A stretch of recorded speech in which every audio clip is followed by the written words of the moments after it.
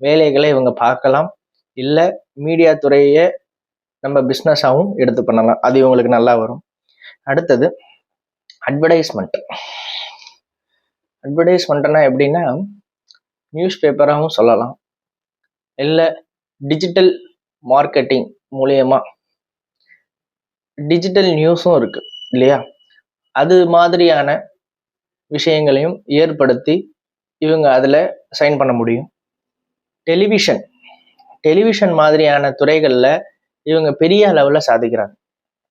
டெலிவிஷனில் ஒரு ஆங்கராக இருக்கிறதா இருக்கட்டும், இல்லை ஒரு கேமராமேனாக இருக்கட்டும், இல்லை ஒரு டைரக்ஷன் டிபார்ட்மெண்ட்டாக இருக்கட்டும், இந்த மிதுனராசி அன்பர்கள் இதிலெல்லாம் அதிக அளவில் ஈடுபாடும் அதிக அளவில் கற்பனை திறனும் ஒரு புதுசாக ஏதோ ஒரு கிரியேட்டிவாக செஞ்சுட்டு இருக்கிறதுல அது அவங்களுக்கு அலாதியான பிரிவு. அவங்களுக்கு ஒரே ஃபார்மேட்டில் ஒரு வேலை கொடுத்தோம் அப்படின்னா அவங்க செய்ய மாட்டாங்க.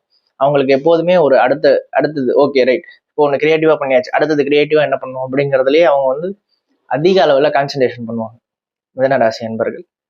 அதனால டிவி டெலிவிஷன் துறையில் அவங்க நல்லா கோல் வச்சலாம். எல்லாருக்கும் தெரிஞ்சது அடுத்தது யூடியூப்ல அவங்களால அடுத்தடுத்த கட்டத்துக்கு ரொம்ப அழகா எடுத்துட்டு போக முடியும். அவங்க ஒரு யூடியூப் சேனல் ஆரம்பிச்சு, கிரியேட்டிவ் தானே யூடியூபே இல்லையா, அப்ப யூடியூப்